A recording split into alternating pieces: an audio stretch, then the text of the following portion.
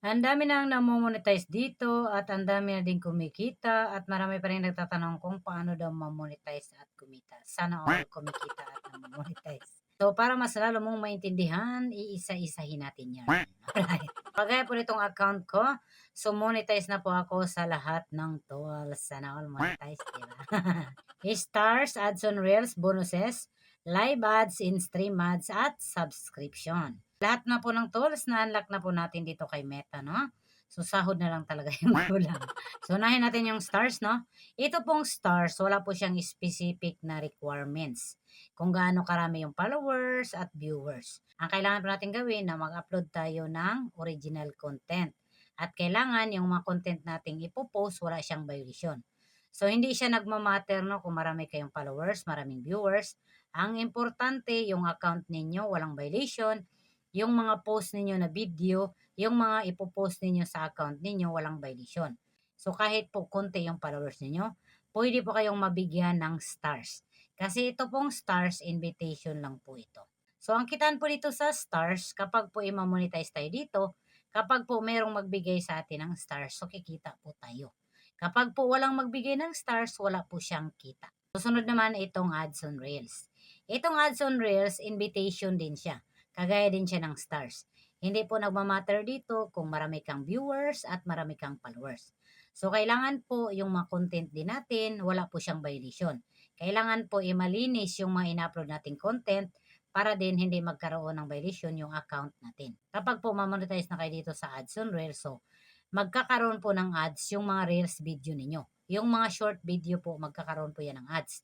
At kapag po magkakaroon ng ads yan, so kapag po may viewers yung mga content ninyo at monetize na kayo sa ads on reels, so kikita po kayo. So kailangan po ma-monetize kayo dito sa ads on reels para po ay kumita kayo kung sakaling may viewers yung mga content ninyo. So short video po ha, yung ipopost po natin dito sa reels. So, ang maximum minutes po ay 90 seconds. Pwede ko po kayong mag-post ng content dito as long as hindi po siya lumagpas sa 90 seconds. So, ang susunod naman itong bonuses. So, ngayon lang po ako nagkaroon ng bonuses, no? So, congratulations sa mga nagkaroon ng bonuses dyan. So, ito namang bonuses, same thing din. Invitation din siya. Wala din siyang specific na requirement sa followers at viewers.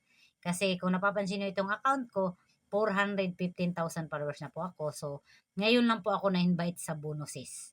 So, hindi po siya nagmamatter kung marami kayong followers, marami din kayong viewers. Invitation po ang pagkakaroon ng bonuses. So, kikita po tayo dito sa bonuses sa pamamagitan ng mga reaction, mga engagement na nakukuha natin sa mga content natin. Yung mga nagko-comment, nag-share, nagre-react, nag-engage sa mga content natin, kikita po tayo. More reaction, more interaction sa mga content natin, kikita po tayo dito except po sa reels at stories. So, pwede po tayong kumita dito sa bonuses sa pamamagitan ng pag-post ng mga photos sa wall.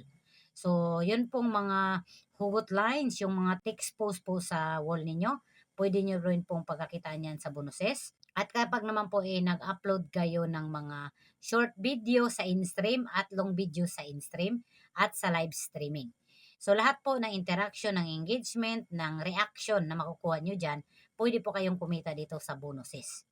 Except po sa reels at stories. So, bago pa lang po ako nagkaroon ng bonuses. So, congratulations po sa mga nagkaroon ng bonuses. So, ang next naman, itong live ads. Ito pong live ads, meron po siyang requirements. At ito pong live ads, para lang po ito sa Facebook page account. So, ang requirements po dito, kailangan po magkaroon kayo ng 10,000 followers, 600,000 minutes, at 60,000 minutes, at kailangan at least meron kayong live streaming. So kapag po nagla-live kayo, kagaya ko, meron po kayong makikita na ads sa live ko kasi po monetize po ako sa live ads. So pwede po tayong kumita dito sa live kapag meron na po tayong ads sa live natin. So it depends po kung gaano karami yung viewers nyo sa live para kumita kayo dito sa live ads. So para lang po ito ha sa Facebook page account. Wala pong live ads monetization ang profile. So ito namang isa, in-stream ads. So ito pong in-stream ads, meron din siyang requirements. Kailangan po nyo magkaroon ng 5,000 followers at 60,000 minutes. And at least meron kayong mga ginapost dyan na video. Pwede po nyo makuha no, yung requirements sa 60K sa pamamagitan ng pag-post ng mga reels video, pag-post ng mga in-stream video, at pag-live streaming. So kapag po monetize kayo dito sa in-stream ads, magkakaroon po ng ads yung mga in-stream video ninyo. Nakikita po kayo kapag meron po kayong viewers sa mga video ninyo. At ito namang last, ito yung subscription. So itong subscription, so invitation din siya. Hindi din siya nagmamatter kung marami kayong followers at maraming viewers. So ang subscription para din siyang stars. Kung stars po, ang pwede pong magbigay ng stars profile lang din. Ito pong subscription, so ang makapag-subscribe din sa atin ay profile lang din. At yun pong subscription, kapag po walang mag-subscribe, wala tayong kita. Same thing din sa stars, kapag po walang magbigay sa atin ng stars, wala din tayong kita.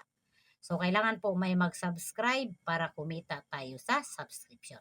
So, ito pong 4 na tools, itong stars, ads on reels, bonuses, at subscription. So, wala po siyang specific na requirement sa followers at views ninyo. So, kahit po marami kayong views dyan, marami kayong followers dyan, konti yung views ninyo, konti yung followers ninyo, as long as wala pong violation yung account ninyo, yung mga content ninyo, pwede po kayong ma-invite dito kasi wala po siyang requirements. Ang may requirements lang po, ito pong live ads at in-stream ads. So, ito pong live ads para po ito sa Facebook page account. Ito po in-stream ads para ito sa profile at Facebook page account.